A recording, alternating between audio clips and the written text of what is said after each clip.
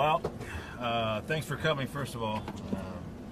This is not a happy day for me or for the organization. However, I brought you all here to basically let everyone know and announce that we will not be extending the contract of Brad Ausmus for 2018. So obviously we will not be bringing him back for next season.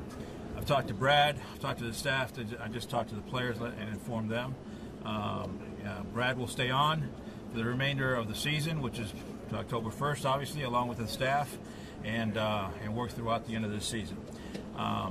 As of I speak now, moving forward, we'll be taking names and getting information and move forward in our search for a new manager. So, why did you say do it now? Well, like I mentioned to you guys, I felt that once I made a decision, I was going to tell Brad and I was going to make the announcement. It doesn't really do any good to continue to wait to the end of the season. I felt that once the decision was made, that the right thing to do is tell Brad and then make the announcement and move forward. When was that decision made? I talked to Brad the day before yesterday, and what I was thinking, and then we confirmed it yesterday. How did he react now? Well, Brad is very professional. He's been a professional. He's worked hard. He's very knowledgeable. He understood the reasoning, which obviously, we didn't win, and the organization, the club, got to a point where we needed change. We needed change on the field. We needed to change the roster, and that's we started trading players. So then the conclusion is, okay, you know what? Let's just take a whole brand new road and opening up to new things. And so we felt that it's a new beginning, a fresh start, and we'll have fresh leadership, a new leadership as we move forward. And so he understood that very well. And I think obviously Brad's going to have a great future.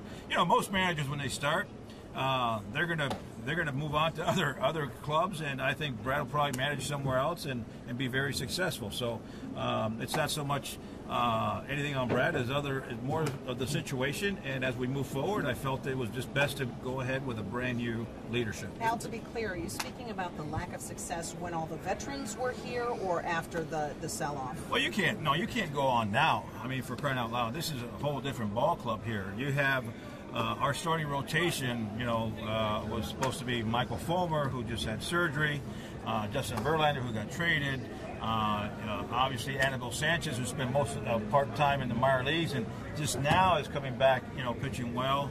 We had Daniel Norris was penciled in the rotation, who has not been in the rotation for most of the year. Matt Boyd had some struggles. Now he's pitching much better. So the guy, what you see now, obviously, is a fraction of what the team actually was supposed to be. So no, not what we're doing now. What we're doing now is basically, quite frankly, I told you guys after the trades that it's going to be a rough September, and absolutely it has been, because there's guys out there pitching, quite frankly, that are either they're not ready at this point, but it's just a matter of having to get through the season as best we can. Not to mention, obviously the bullpen of all the young guys that we brought up from Toledo. When we talk about new leadership and a fresh start, are you apt to go outside the organization to find that, or could it be an internal candidate? Well, we're going to be open-minded to everything. When I did talk to the staff, I did tell them that anyone that has interest in being interviewed for the managerial position, that I will certainly be open-minded and interview them also. So anybody in-house, obviously. At the minor league level, I don't believe that there's a guy right now ready for that job. But here at the major league level, there's a possibility, and I told them that I'll be open-minded. But we're also going to do an extensive search. We're going to have a lot of names written up, and we're going to do a lot of background checking. We're going to do a lot of thorough background work, and we'll have a good list of names that will whittle down little by little. So it'll be an extensive search, and it'll take some time. Would you prefer an experienced man as opposed to bringing someone in like Brad, who did not have previous that is a great question. I would say that experience comes in different ways. It could be an experienced manager that's already managed in the big leagues, but it could also be an experienced manager that has managed in minor leagues, or it could be an experienced guy that has worked in a major league club, in a major league dugout as a coach. In Brad's case, obviously, he had zero managerial experience, whether it be minor league, major league, or whatnot. He went straight from being a player to being a manager. So when you say experience, it's a good question. So I would say the manager doesn't have to have managerial experience at the major league level, but he certainly has to have managerial experience, in my opinion, in the minor leagues, or coaching experience at the major league, so that the person that comes in is well prepared in that sense. Given the way that you guys have been trying to unload payroll, that would sound like it's not going to be a veteran type of manager who has been established and won. Well, that's a good assumption, except that I would say that there might be veteran managers that would want to take on the task of a rebuild. I don't know that, and until we go out there and find what the right candidate, I couldn't tell you if it's going to be a young guy, middle-aged guy, or an older guy. I know one thing, I would like to get a guy that has the energy to get through the process, because it's not going to be easy. It's going to be a long process. It's going to be a hard process. It's going to be a trying, grinding process, and you want somebody that has that kind of energy that can get through that and that kind of mindset. What are you trying to sell them on that? Well, I'm trying to sell them on opportunity, because really you're going to be the manager of the Detroit Tigers that's in full rebuild mode with all the opportunity in the world in front of you. I mean, you're going to be able to go from the bottom to the top, as opposed to taking something over that's just already there. Al, do you have any regrets you didn't do it after last season at all, looking back? I don't have regrets. I really believed in, and I still believe in Brad. I think I think maybe the regret is that we were not able to make enough adjustments to the club to make it better, and that's where the rebuild came in. Because really, and I keep on saying this, our payroll basically paralyzed us from making the team better, and the lack of top prospects and depth in the minor league system didn't allow us to make trades to make the team better. So in essence, if I regret anything, is not having the ability to be able to make better changes because of those constraints.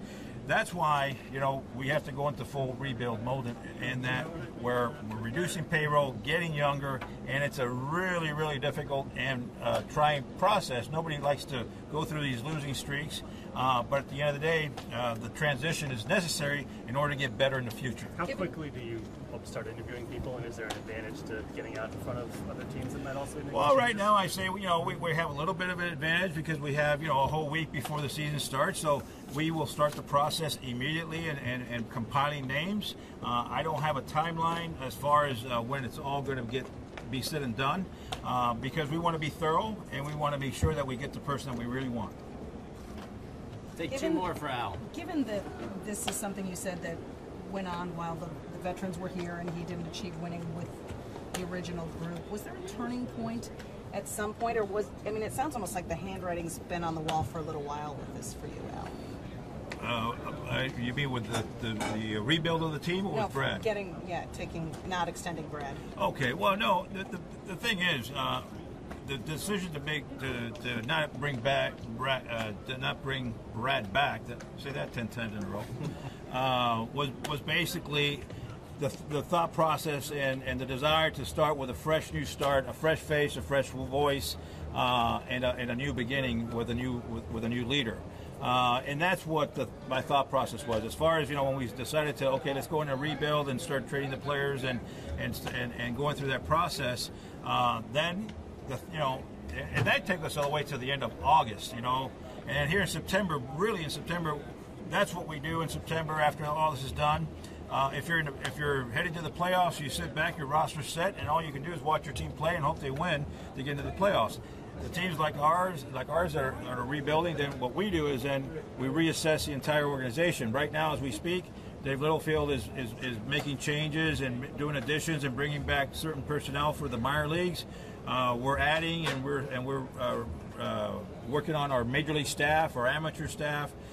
We just hired 3 new people, 3 new analysts in our analytical department. So that's what we do in September. On top of that, we also evaluate the manager, the major league staff, and at that point, we make decisions. Okay, what direction we're going to go. So at this point in the season, that's how we make the conclusion. We want new leadership as we move forward. Al, do you think the players let Brad down in terms of underachieving? Well, I don't think any player went out there on purpose in trying to underachieve. I think every player that takes the field is trying to have a great year, and they're trying to have great at-bats. They're trying to play the game to their best of their abilities, and they're all trying to win. But it doesn't always work out that way. So at the end of the day, no, the players they're trying their best. Sometimes it works out to where they have a successful year, and sometimes it's a down year, and sometimes, quite frankly, it's a long year and it's a up and down kind of situation. Why have Brad finish out the season? Well, he is finishing out the season, and he's gonna manage to the end of the season. The reason we make the decision, I mean, I think I already explained myself there. The reason we make the decision now is that I came to the conclusion we want new leadership and a new manager, and I'm not going to wait for another week to make that announcement. I think the best thing to do is, and I learned this a long time ago from a very smart man called Jed Leland, once you make that decision, you go forward, you tell your manager, you make your announcements, and you put that behind you, and you start a new process. Did he ever say he wanted to come back this year? Well, we talked about it. We never really discussed that.